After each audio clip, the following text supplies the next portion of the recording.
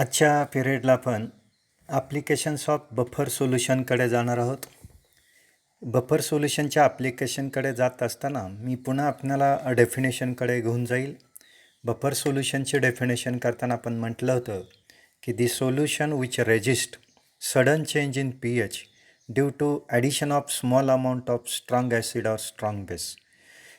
एखाद्या सोल्युशनमध्ये ॲसिड किंवा बेस जरी ॲड केला तरी त्या सोल्युशनच्या pHमध्ये फरक पडत नाही असं जे सोल्युशन आहे त्या सोल्युशनला आपण बफर सोल्युशन म्हणतो. जे सोल्युशन लाँग टाईमपर्यंत जरी आपण स्टोअर केलं तरी त्याचा pH बदलत नाही. ज्या सोल्युशनमध्ये आपण ते सोल्युशन डायल्यूट केलं तरीसुद्धा no any effect on pH of buffer, म्हणजे जे सोल्युशनमध्ये ॲसिड किंवा बेस ॲड केल्यानंतर pH बदलत नाही, किंवा ज्या सोल्युशन लाँग पिरियडपर्यंत आपण जर स्टोअर केलं तरी त्याचा pH बदलत नाही, किंवा ज्या सोल्युशन्समध्ये डायल्यूट केल्यानंतर pHमध्ये कुठलाही इफेक्ट होत नाही. कारण या ठिकाणी pHमध्ये कॉन्सन्ट्रेशनचा रेशो येतो आणि कॉन्सन्ट्रेशनचा रेशो येत असल्यामुळं आपण जर हँडरसन्स इक्वेशन बघितलं की pH equal to pKa plus log salt concentration of salt upon concentration of acids, किंवा pH equal to pKb plus log salt concentration of salt upon concentration of base. थोडक्यात log to base 10 concentration salt आणि concentration acid किंवा concentration salt upon concentration base येतो. साहजिकच concentration म्हणजेच काय, तर concentration म्हणजेच dilution number of mole divided by volume, आणि साहजिकच नंबर ऑफ मोल भागिले व्हॉल्यूम दोन्ही ठिकाणी येत असल्यामुळं व्हॉल्यूम एकमेकाला काय होऊ शकतं, कॅन्सल होऊ शकतं, आणि त्यामुळं जरी सोल्युशन आपण डायल्यूट केलं तरीसुद्धा त्याचा इफेक्ट त्याच्या pHवर होत नाही. अशी ही वैशिष्ट्ये आपण बफर सोल्युशनची ज्यावेळेस पाहत असतो. साहजिकच बफर सोल्युशनमध्ये ज्यावेळेस आपण ॲप्लिकेशनकडे येतो, साहजिकच बफर सोल्युशनचे ॲप्लिकेशन्स बघत असताना बफर सोल्युशनची extensive applications in variety of फील्डमध्ये आपणाला बफर सोल्युशनचे ॲप्लिकेशन्स पाहायला मिळतात. त्यामध्ये मी पहिलं जे ॲप्लिकेशन आहे pH ऑफ ब्लडकडे येईल, की बायोकेमिकल ज्या प्रोसेस आहे in animal bodies, number of fluids naturally buffered by combination of HCO3 minus ion or CO3 minus ions with some proteins. तर ज्यावेळेस आपण ब्लडचा pH बघतो आपल्या बॉडीमध्ये, त्यावेळेस साहजिकच हा pH 7.36 टू 7.42 या रेंजमध्ये असतो, आणि हा pH जो आपणाला पाहायला मिळतो ह्या बॉडीमध्ये जे फ्लुइड आहे, प्लाझ्मा आहे, या fluid naturally buffered by combination of bicarbonate ions आणि कार्बॉनिक ॲसिड या दोघांचं कॉम्बिनेशन असतं सम प्रोटीन बरोबर, आणि त्यामुळं ब्लडचा pH हा 7.36 ते 7.42 या दरम्यात असतो. आणि जर समजा या pHमध्ये जर थोडा जरी बदल झाला, change of pH blood by plus minus 0.2 then can cause sudden death.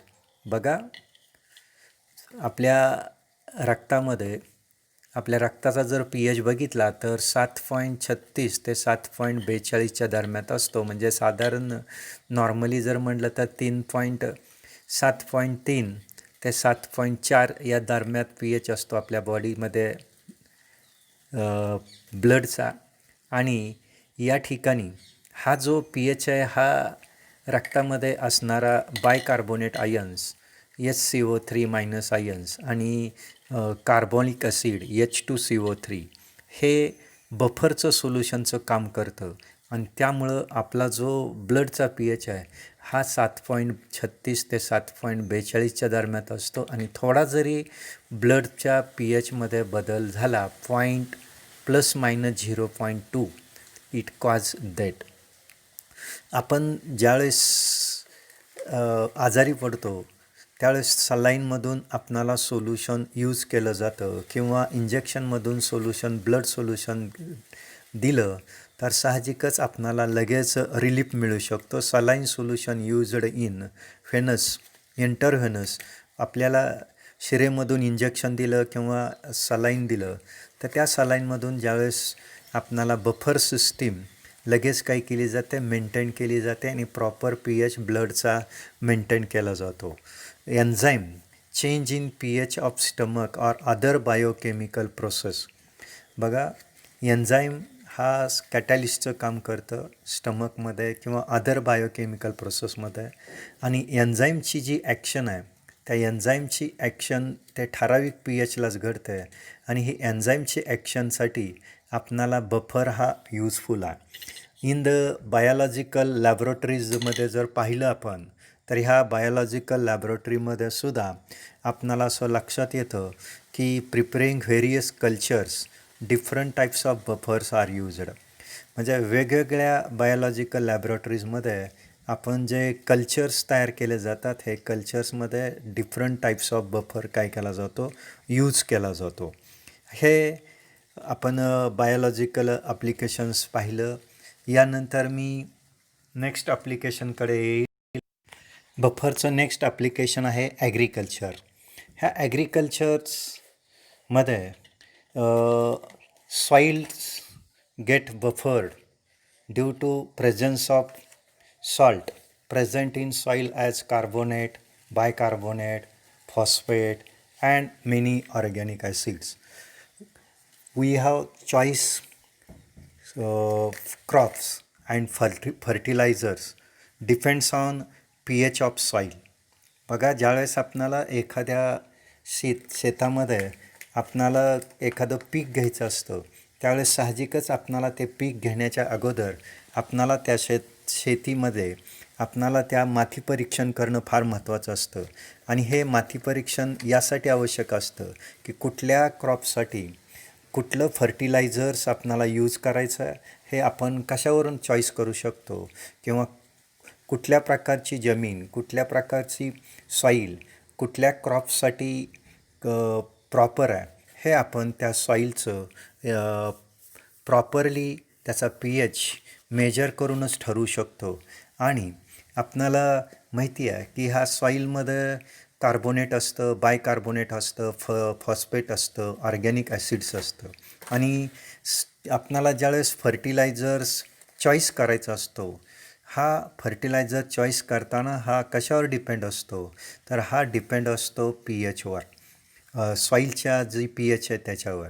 आणि नॅचरली आपणाला माहिती आहे की in nature decaying of organic carbo matter like plant leaves and limestone from earth act as together act as a buffer. ज्यावेळेस आपण जमिनीमध्ये वनस्पती किंवा पानं फुलं हे ज्यावेळेस जमिनीमध्ये गाडतो आणि ते गाडत असताना त्यामध्ये जर लाईमस्टोन मिसळला, चुनखडी जर मिसळली अर्थ क्रस्टमधली तर हे दोन्ही एकत्रित काय म्हणून काम करतं तर बफरचं काम करतं आणि pH सॉईलचा काय करतं, मेंटेन करतं. In nature decaying of organic matter like plants, leaves etcetera and limestone from earth act together as a buffer and help maintain the pH of soil and maintain the pH of soil. Nowadays artificial buffer also use maintain to pH of soil, MKB phosphate buffering, mono potassium phosphate buffer हा generally आपण use करतो growth of plants, reaction of urea. या ठिकाणी आपण वेगवेगळे फर्टिलायझर्सही use करतो artificially बफरसाठी. हे agriculture application झालं. नंतर मी इंडस्ट्रीयल ॲप्लिकेशन्सकडे येत असताना इंडस्ट्रीयल ॲप्लिकेशन ज्यावेळेस आपण पाहतो साहजिकच इंडस्ट्रीयल ॲप्लिकेशन्समध्ये आपणाला असंही सांगता येईल की ज्या buffers very important role in industrial application, paper industry, dyes industry, ink industry, paint industry, drugs industries. Many pharmaceuticals preparations buffers are used.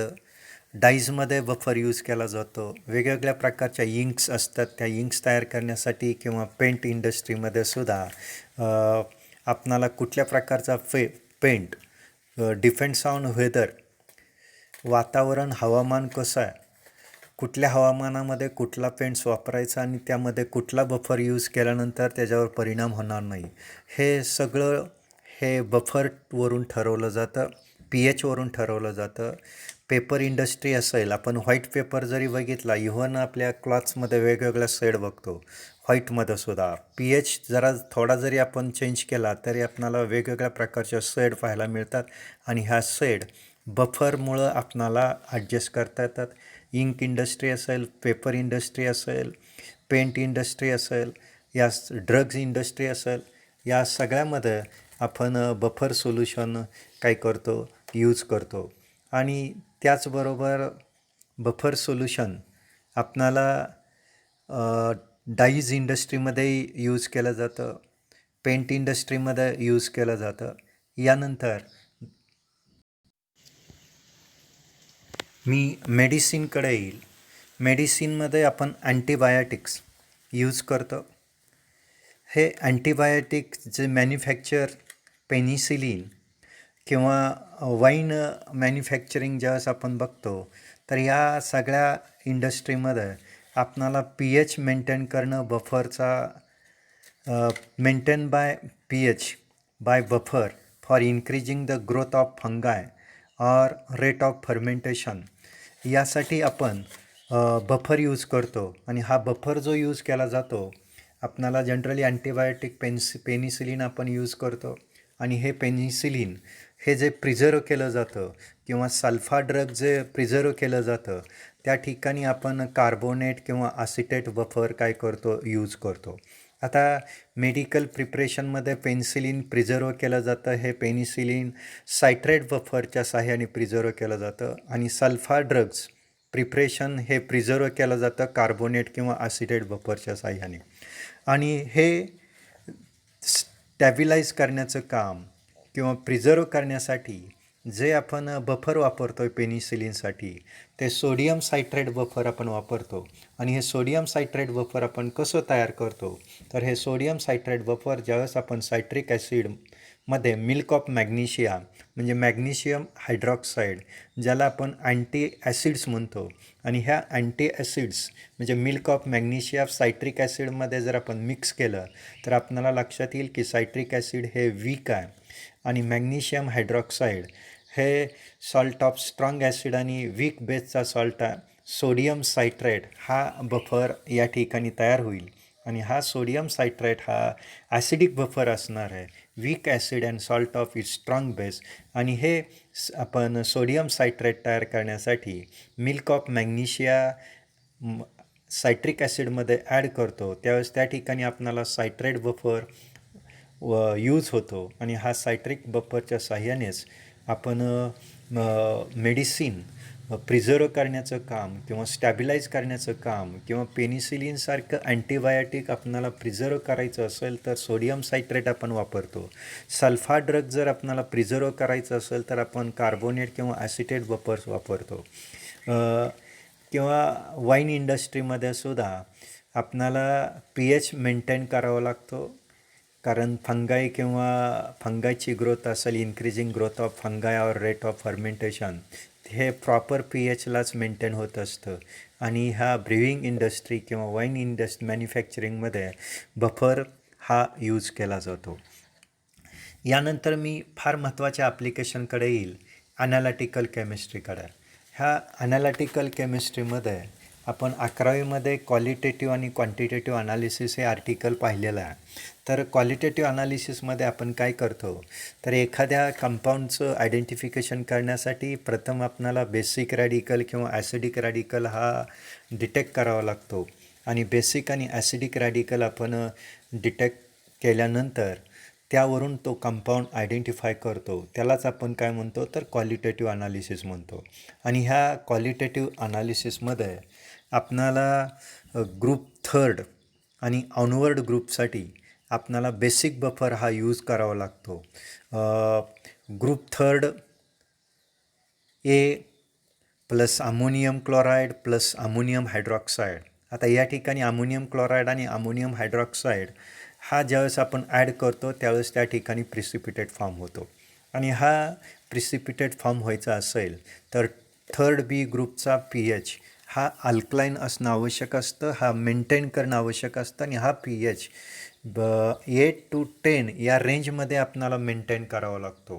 किती 8 to 10 रेंजमध्ये आपणाला तो pH लागतो, तरच त्या ठिकाणी प्रिसिपिटेटचं फॉर्मेशन घडू शकतं. सॉल्ट बी म्हणजे precipitate of third A group म्हणजे आपणाला फॉस्फेट आयन्स, फेरिक आयन्स असेल, ॲल्युमिनियम्स आयन्स असेल, क्रोमियम आयन्स असेल, यांचं प्रिसिपिटेशन फॉर्मेशन करायचं असेल थर्ड ए ग्रुप किंवा ऑनवर्ड ग्रुपसाठी, तर आपणाला ते सोल्युशन अल्कलाईन असणं किंवा बेसिक असणं फार आवश्यक असतं. आणि अशा वेळेला आपण त्यामध्ये pH ची रेंज जी असेल ती pH ची रेंज 8 to 10च्या दरम्यान पाहिजे.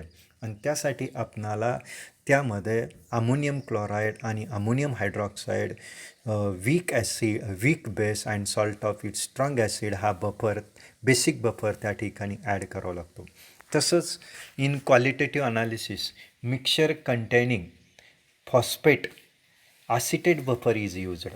क्वालिटेटिव्ह अनालिसिसमध्ये मिक्सचर ऑफ कंटेनिंग जर फॉस्फेट त्यामध्ये प्रेझेंट असेल तर त्या ठिकाणी आपणाला ॲसिटेट बफर यूज करावा लागतो. In presence of acetate buffer phosphate ions is removed as ferric phosphate.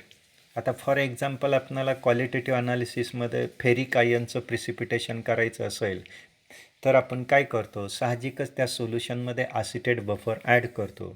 Acetate buffers add केल्यामुळं त्या ठिकाणी जे फेरिक क्लोराईड आहे, जर आपण फेरिक क्लोराईडमध्ये ॲसिटेट बफर जर ॲड केला तर साहजिकच त्या ठिकाणी आपणाला फेरिक फॉस्फेट रिमूव्ह होतं आपण FeCl3 ॲड केला तर. आणि pH scale prepared with the help of indicator, strong acid, strong base and इंडिकेटरच्या साहाय्याने आपण ज्यावेळेस pH स्केल तयार करतो त्यावेळेस ते जे pH स्केल आहे ते आपणाला स्टोअर करता येत नाही. पण हेच pH स्केल जर आपण प्रिपेअर्ड केलं by using buffer definite pH, such scale can be stored even for some years. तर pH स्केल्स तयार करतो आपण जनरली इंडिकेटर्स आणि solution of strong acid and strong बेसपासून, परंतु हे pH स्केल आपणाला स्टोअर करता येत नाही. पण हेच pH स्केल जर आपण स्टोअर करत असताना जर बफर यूज केला तर आपणाला त्या बफरचा डेफिनेट असा pH असणारा बफर जर त्या ठिकाणी यूज केला तर हेच pH स्केल आपण वर्षानुवर्ष काही करू शकतो, यूज करू शकतो. म्हणजे थोडक्यात in qualitative analysis in the group third we add ammonium chloride and ammonium hydroxide. It acts as a buffer and maintain the pH between 8 to 10 required, which necessary to precipitate of salt of third A group and onward group. हे या ठिकाणी ही applications buffer सोल्युशनची झाली. यानंतर मी या प्रॉब्लेमकडे येतो की हा problem सोडवत असताना calculate pH of buffer solution containing 0.05 mole of NaF per litre and 0.05 mole of HF per litre. Ka ची व्हॅल्यू दिली आहे 7.2 × 10⁻⁴. तर बघा या ठिकाणी बफर सोल्युशनचा pH आपणाला काढायला सांगितलं आहे आणि आपणाला कॉन्सन्ट्रेशन दिलं आहे सॉल्टचं, ॲसिडचं कॉन्सन्ट्रेशन दिलं आहे आणि या ठिकाणी डिसोसिएशन कॉन्स्टंट दिलेला आहे वीक ॲसिडचा. आता या ठिकाणी जर आपण पाहिलं तर हा जो बफर आहे हा बफर NaF हा आणि HF वीक ॲसिड आणि स्ट्रॉंग त्याचा स्ट्रॉंग बेस असणारा हा बफर आहे. ॲसिडिक बफरवरला प्रॉब्लेम आहे. त्याचा पी एच काढायला सांगितला आहे. पी एच बरोबर हँडरसन्सचं जे इक्वेशन आहे, P H equal to P K A plus log to base 10 concentration of salt आपण कॉन्सन्ट्रेशन ऑफ ॲसिड. साहजिकच आपणाला या ठिकाणी पहिल्यांदा पी के ए काढून घ्यावा लागेल आणि हा पी के ए काढण्यासाठी आपणाला के ए दिलेला आहे, त्यांनी डिसोसिएशन कॉन्स्टंट वीक ॲसिडचा दिलेला आहे आणि त्यावरून आपणाला पी के ए काढता येतो. याची किंमत टाकली पी के ए बरोबर मायनस लॉग टू बेस 10 के ए आणि के एची व्हॅल्यू आपणाला त्यांनी दिली आहे 7.2 इंटू 10⁻⁻⁴. साहजिकच minus log to base 10 7.2 into 10⁻⁴. तर आपणाला लक्षात येईल की 7.2 गुणिले 10⁻⁴. आणि या लॉग बघणार आहे आपण आणि हा लॉग बघताना आपणाला काय करावं लागेल, ह्या दोघांमध्ये गुणाकार आहे. साहजिकच आपण लॉगची काय करणार, बेरीज करणार.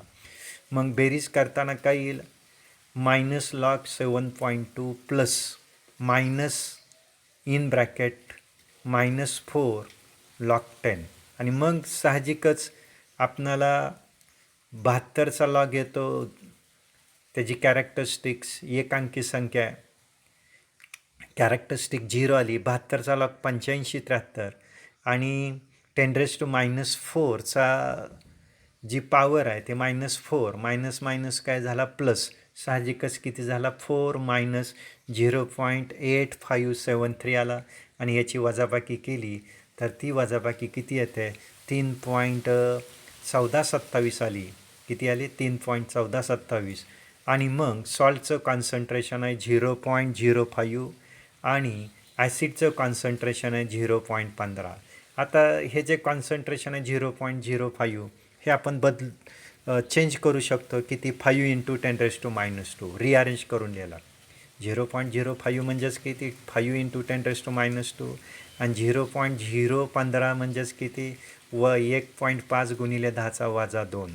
साहजिकच या किमती जर आपण इक्वेशनमध्ये टाकल्या तर पी एच बरोबर काय येणार आहे, आपला पी के किती आला 3.1427 अधिक log to base 10 concentration salt किती 0.05 किती 5 इंटू 10⁻² भागिले 1.5 इंटू 10⁻².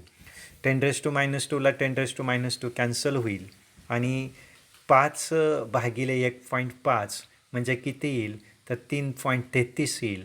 साहजिकच पी एच बरोबर 3.1427 अधिक लॉग 3.3 आणि लॉग 3.3 किती असतो 0.5224.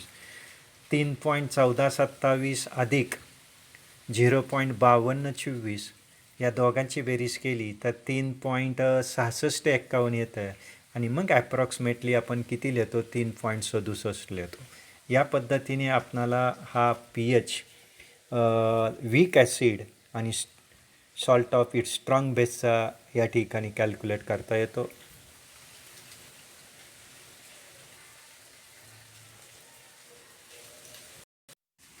पुढचा प्रॉब्लेम मी वाचतो. Calculate the P H of buffer solution composed of 0.01 weak base BOH and 0.0 molar of salt BA.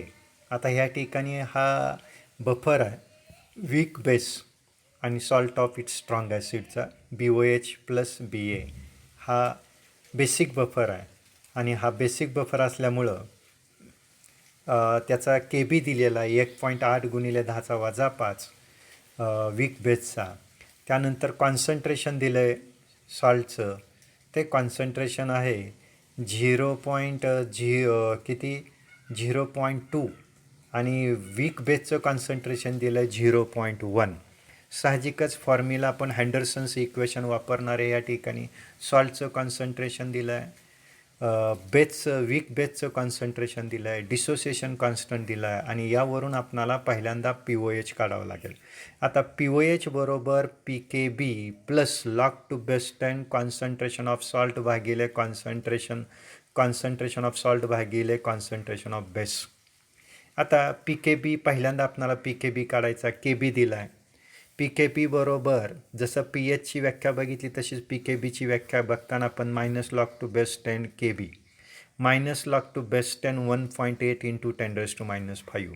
साहजिकच 10⁻⁵ याचा पी एच बघितला तर 5 येतो. 10⁻⁵चा पी एच किती? 5. म्हणजे साहजिकच 1.8चा पी एच किती येणार, लॉग किती येणार आहे, सॉरी 10⁻⁵चा पी एच आला 5, परंतु आपणाला लॉग बघायचा आहे. लॉग बघताना 10⁻⁵चा लॉग हा 5 येतो आणि 1.8चा लॉग 0.18चा लॉग बघणार, कॅरेक्टरिस्टिक्स 0 येईल 0.2553. 5मधून 0.2553 गेलं तर आपणाला साहजिकच के बीची व्हॅल्यू येते 4.4774. आता सॉल्टचं कॉन्सन्ट्रेशन दिलं आहे 0.02 मोलर, ॲसिडचं कॉन्सन्ट्रेशन दिलं आहे 0.1 मोलर. या किमती जर आपण ह्या फॉर्म्युल्यामध्ये सबस्टिट्यूट केल्या तर पी ओ एच निघेल. पी ओ एच बरोबर 4.7447 ही किंमत पी के बीची आहे, plus minus log concentration of सॉल्टची किंमत आहे 2 × 10⁻² आणि 0.1 आहे. साहजिकच याची किंमत जर आपण घेतली तर पी ओ एच बरोबर 4.7447 अधिक लॉग किती येईल? 2 येईल, कारण 10⁻² व डिवायडेड बाय 10⁻⁻1 म्हणजे किती येणार आहे तर लॉग 2 येईल. आणि मग या ठिकाणी लॉग 2 म्हणजे किती येईल तर 0.3010. आणि मग या ठिकाणी 4.7447 अधिक 0.3010 याची किंमत येणार आहे किती तर 5.0457 आली. काय आला? पी ओ एच आला, कारण हा वीक ॲसिड आणि वीक बेसचा सॉल्ट आहे आणि त्यामुळं पहिल्यांदा पी ओ एच निघेल. आता पी एच त्याच्यावरून काढायचा आहे, तर P H plus P O H बरोबर 14 हा फॉर्म्युला आपल्याला माहिती आहे आणि म्हणून पी एच बरोबर 14 वजा पी ओ एच. साहजिकच 14 वजा 5.0457 वजा केल्यानंतर साहजिकच याची किंमत किती येऊ शकते तर ह्याची जी किंमत आहे ती किंमत 9 आणि 14तून 5.0457 जर मायनस केलं तर आपलं उत्तर येतं 8.9543 येईल. पुस्तकामध्ये 13.95 दिलं आहे, परंतु 14तून जर 5.0457 वजा केलं तर किंमत येते 8.9543 येतं. आणि मग ॲप्रॉक्सिमेटली आपण किती लिहितो 8.95 ही किंमत आपण त्या ठिकाणी लिहितो.